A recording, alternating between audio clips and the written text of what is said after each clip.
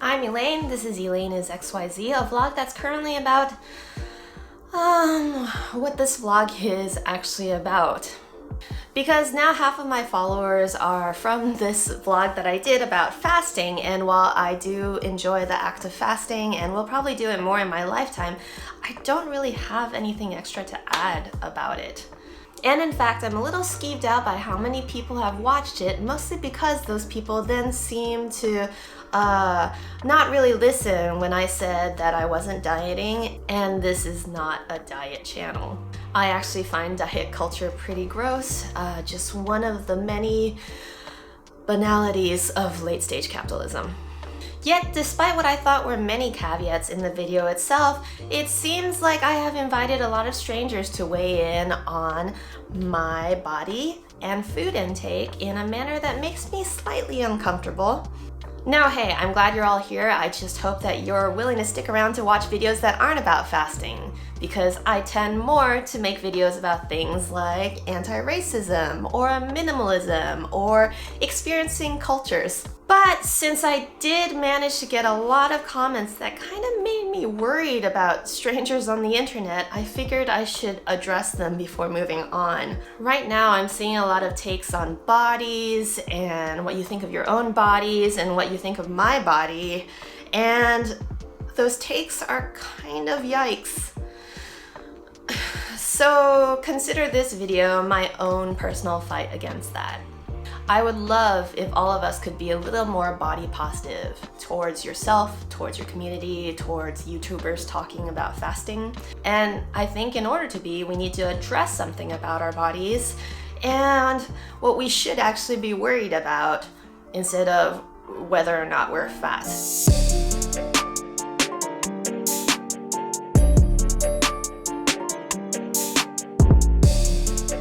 And we're gonna start this whole conversation off with a concept called health at every size. A health philosophy that is surprisingly controversial for something that sounds actually quite sensible.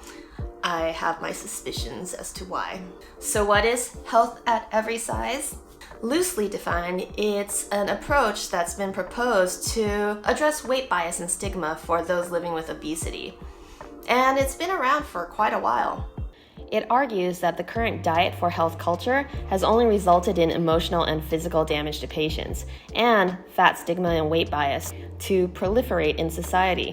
While most do believe that obesity is correlated with a wide variety of health problems, HAES hopes to address health through a weight-neutral approach, looking at other health biomarkers to encourage healthy habits and well-being. So instead of focusing on weight loss when recommending diet and exercise, you focus on, say, what would make a body feel better but aren't necessarily tied to a number on a scale. Specific types of strength training, for instance. Testing for vitamin deficiencies. What's a healthy poo? While they're still being polite about it, they will insist that being obese does in fact correlate to a wide variety of health problems like diabetes and heart attacks and so on and so forth. And they will insist hard. And they're not incorrect. But at the root of it, what they seem to fear is that if you tell people they could be healthy at every size, you'll then normalize obesity, causing everyone to think that it's totally okay to be fat. Which logically, considering that America and the whole world has been getting fatter and fatter since the 1970s, would mean that the current epidemic probably stems from a bunch of people thinking it was cool to be fat. Which you can totally see in media from that time onwards, promoting being fat as awesome and desirable and not at all the thing you absolutely don't want to be. Fashion industry website WWD, if she has a motto, Kate replied, "There's nothing tastes as good as skinny feels." Yeah, I don't think the media being pro-fat has been a problem so far. I can count the amount of overweight, empathetic characters on one hand, but meanwhile, we're constantly being inundated by shows like The Biggest Loser or this absolutely insane British TV show I came across on YouTube. Their fat bums, that's their problem, plain and simple. If they don't pull out their chubby fingers, they'll be on the way to an early grave. Watch out, Cuffs, enough is enough. But then why would people, including doctors who have gone on the record expressing concerns about HAES, still worry that by somehow even slightly shifting the focus off a person's weight, we are suddenly going to become inundated with a gigantic population of proud, heaving, unhealthy chubbos? I posit because, like many other fun parts of late-stage capitalism, individualism, being poor, being addicted, having cancer, we've turned becoming fat into a weird morality play. Boy, do we love making health epidemics morality plays. So when you get fat, the onus is on you as an individual sinner, straying from the path of normal society into the two worst things you can be in this one: lazy and lacking in self-control. And since this is a morality play, do you know what the solution to your laziness and lack of self-control is? You need to be shamed. Now, obviously, there are a lot of problems with this approach. The first of which is that shame is a terrible motivator. One of the ways that we have studied human behavior the most is work culture, because late-stage capitalism. And in work cultures, shame or fear-based management has been linked to higher turnover, less ability to complete work, and people hiding and denying problems rather than admitting to and solving them. Relatively, there have been multiple studies on addictions that have found that people who feel a lot of shame towards their addiction tend to relapse more and have poorer overall health.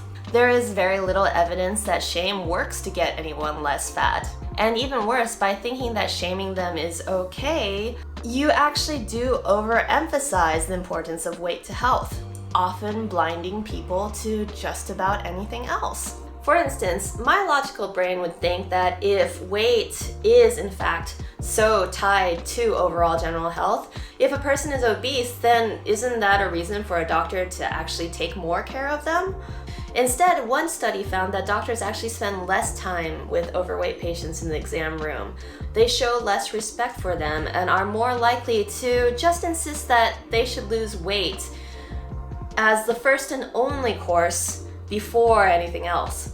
They are so disproportionately focused on fatness and so convinced that fat patients are lazy and non-compliant that they ignore or don't bother with other tests of what may be going wrong. I mean, imagine refusing to give a patient a cancer biopsy unless they quit smoking first. That's basically what doctors are like to overweight people. And what has this non-stop fat shaming culture really brought us?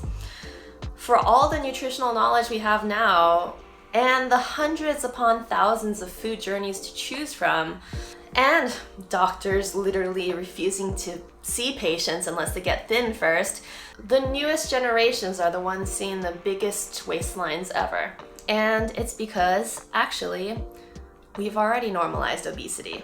Not in a, wow, being overweight is freaking great, guys, personal decision kind of way, but rather in a way where everything about our system ensures that a huge amount of people are fatter than they want to be, upset about it, and unable to do anything significant about it. Our very systems are, and here's a fun new word for everyone to learn, obesogenic. So, obesogenic is just a fun way to say an environment that is not designed for health. And I think anyone who's ever been or lived in a poorly planned city already knows kind of where this is going. There are the obviously bad things, of course, like noise pollution, water pollution, air pollution, but there's also the more subtle ways that layouts can affect us. For instance, how much urban space is actually walkable, and what it even means to be walkable, because that doesn't just mean more sidewalks, it also means a density of people, a variety of purposes, and one often overlooked aspect, human comfort in walking.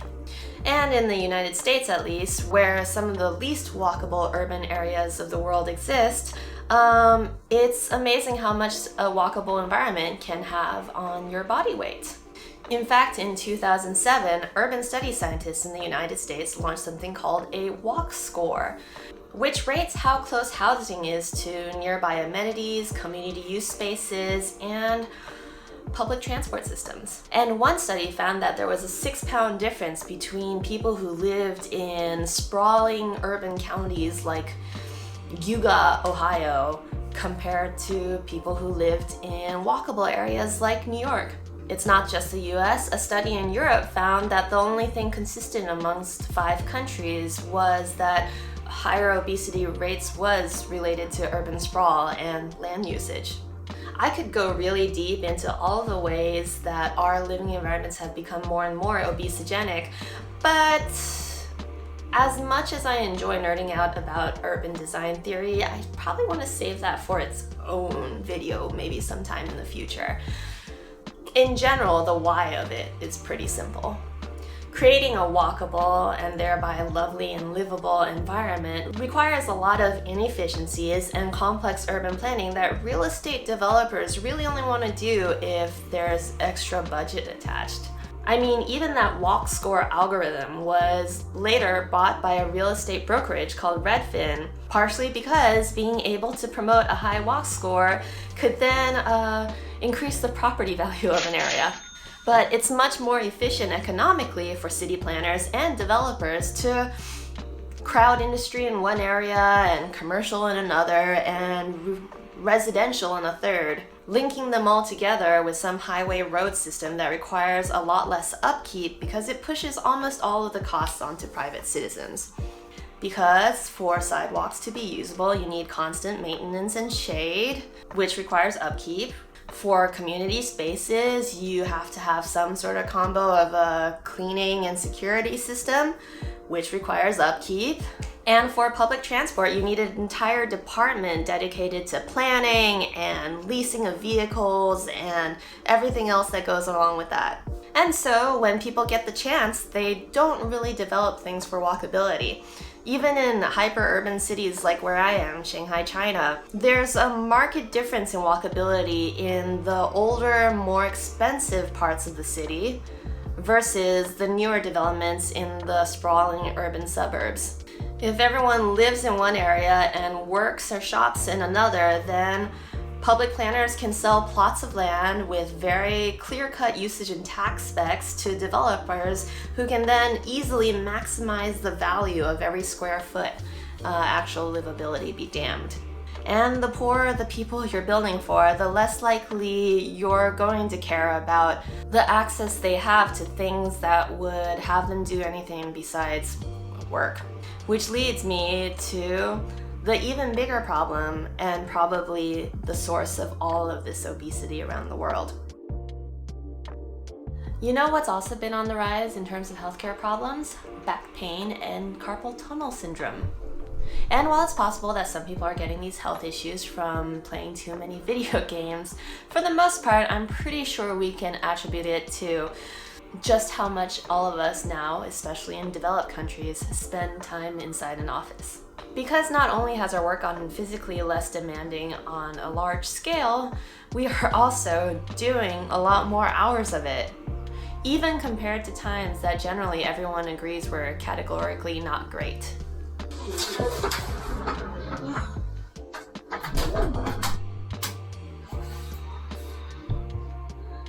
Speaking of work, like the Middle Ages, we often talk about how being a medieval peasant kind of sucked, and yes, they definitely had way worse healthcare and probably very little social services and very few rights, but do you know what they did have? Tons of vacation. An adult medieval peasant in the old Kingdom of Britain worked 1,620 hours annually. And that's if you count the 3-hour lunches that they were regularly recorded to have. Do you know how much the average American adult worked in 2017? About 160 hours more than that. It's funny because when automation started happening post-industrial revolution, the experts at the time thought that we would have so much more leisure in the future. John Maynard Keynes famously expected that we would only be able to fill 20 hours a week with actual full-time work. Oh, Keynes. Here's a fun quote that appeared in Time magazine in 1966. By 2000, the year 2000, The machines will be producing so much that everyone in the US will, in fact, be independently wealthy. How to use leisure meaningfully will be a major problem, and Herman Kahn foresees a pleasure-oriented society full of wholesome degeneracy. I don't know who Herman Kahn is, and I'm not going to bother finding out. Of course, as people living in the year 2021, we all know that our productivity has skyrocketed, but it seems to only have increased the average amount of hours worked. In the United States, studies have found that most workers saw working hours increase since the 1970s, but with little extra increase in pay. So most adults are now working more hours to try to get to the same standard of living. So we may be individually creating triple or quadruple the value of a 17th century farmer, but we have less time to hang out, relax, and self-actualize than ever. In fact, we're so stressed out that many of us choose to use what time we do have for ourselves to completely disassociate. We are in a culture of constant burnout. And I don't know about you, but when I'm feeling burnout, I fall prey to my worst impulses. To drink, to eat, to play Imperial Harem tap-tap games on my mobile phone until I literally can't keep my eyes open. Anything for that quick hit of dopamine.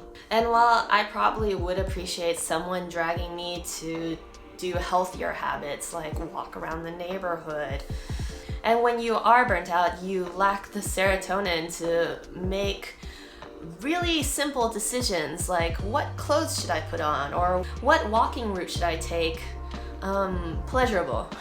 In fact, I've noticed they're downright painful. Just the decision to put on lip gloss before filming this felt somehow like nails on a chalkboard for me. And that's me, a person who can generally be considered somewhere closer to the top of socioeconomic strata, and without a family to support. But it's not just America that's been experiencing longer work hours, obviously. I'm in China, which has seen the rise of this thing called 996 work culture, which is basically a cutesy way to say that people are working from 9 a.m. to 9 p.m. 6 days a week. You know who's more likely to be obese in China? Those workers who are forced to work over 40 hours a week as opposed to the ones who aren't. Similarly, another culture of overwork, Japan, found that the more hours a man worked, the more likely he was to have something called metabolic syndrome. Basically, Japan's nice way of saying problems related to obesity. Meanwhile, Greece, especially Crete, Hungary, and the United Kingdom have seen some of the highest skyrocketing rates of obesity in Europe. Do you want to guess where the longest work hours are? So you see this positive correlation between overwork and overweightness in a whole lot of the world. Now imagine you're living in a system that's set up like this, one that's exhausted us physically and mentally and emotionally, and then is like, well, if you only watched your diet and exercise more, maybe you'd be a little less returned. My sneaking suspicion is that if work-life balance and work culture changed wholesale, then suddenly you'd find that people are a little more motivated to get up and walk around and eat healthier. Not just exercise, I think they would probably in general be much happier to enjoy all that our bodies let us do. But what do I know? So you might have noticed that I actually haven't really talked much about food. And yes, I probably could have a title card like, but actually I don't want to. Because the whole reason I made this video in the first place was because I was annoyed by how many people were offering unsolicited advice on what I should or should not be eating to lose weight in a video that was not about losing weight. Look, have our food habits changed because of the prevalence of cheap and abundant calories? Probably yes. Is it likely that those cheap calories are also low nutritional value and designed to hit reward centers in mildly addictive ways? Probably yes. On a whole, would populations benefit from access to more wholesome foods and education about them? Probably yes. I mean, I don't know. I'd like to hope so. What I do know is that we technically have way more food knowledge now than in any other point in human history, and more heavily researched and structured diet plans than we've ever had. And yet the amount of people who are able to lose weight and then keep that weight off is minimal. In fact, a UCLA study found that most of us who get on diets end up even more obese than if we had never bothered dieting at all. But instead of contending with that crazy factoid, both on YouTube and in real life, we have people yelling a lot of conflicting advice at each other and at fat people, and then shaming each other when all but the golden few of us actually manage to get to some arbitrary weight goal. That is insane, and you should stop it. If nobody's asking you specifically what you are doing, don't give advice on losing weight. Chances are your diet is actually barely working for you anyway, and even if it is, it might not work for the health profile of the other person who did not ask you. Stop assuming that everyone wants to lose weight in the first place. People do funny health things for a variety of reasons, like me, fasting and ending up basically the same weight as I was 6 months later, but being generally okay with that. If you're concerned about your own weight, and you have every right to be if you want to be, feel free to research what works for you diet-wise, but try to be a little more holistically mentally healthy about it. And you can tell if you're not being holistically mentally healthy about it if you feel the need to comment completely unasked on somebody else's weight journey. Which brings us back to Hayes, because ultimately health at every size is about untying that crazy emotional burden from the extra kilograms that we may or may not be carrying around.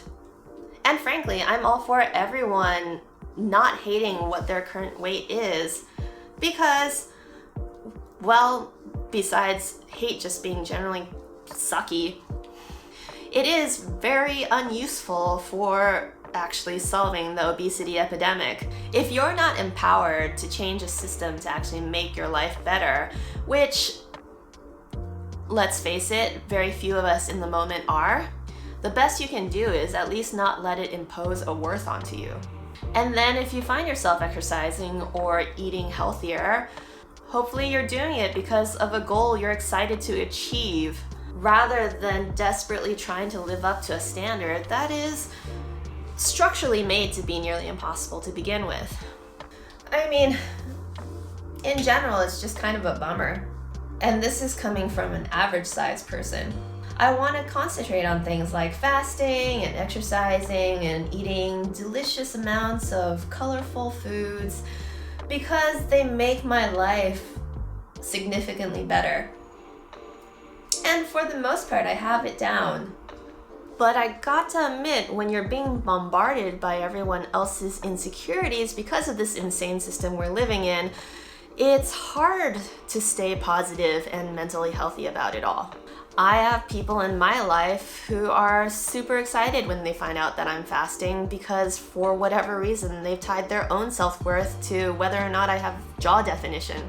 And I can say till I'm blue in the face, no, friend, mom, person on the internet, I'm fasting for different reasons that have more to do with mental health and possible future longevity. I also start to think maybe I should be doing it to get thinner, and therefore maybe I should be doing it more. I mean, wouldn't it be nice to have that jaw definition all the time? Maybe everything in my life would go smoother. Maybe I wouldn't have problems with depression. Maybe my problems with depression do stem from me not being thin enough. What is thin enough? Well, it's not really a path I really wanted to go down. Everyone out there, if you're bearing the brunt of people telling you stuff about your own body, I feel for you, and I hope you're nicer to yourself than they are being to you. And everyone else out there, if you feel the need to tell people unsolicited things about their bodies, maybe mind your own business. If you found this useful, or hopefully other things that I have on my channel useful, please like and subscribe. You can find me off of YouTube on my Instagram.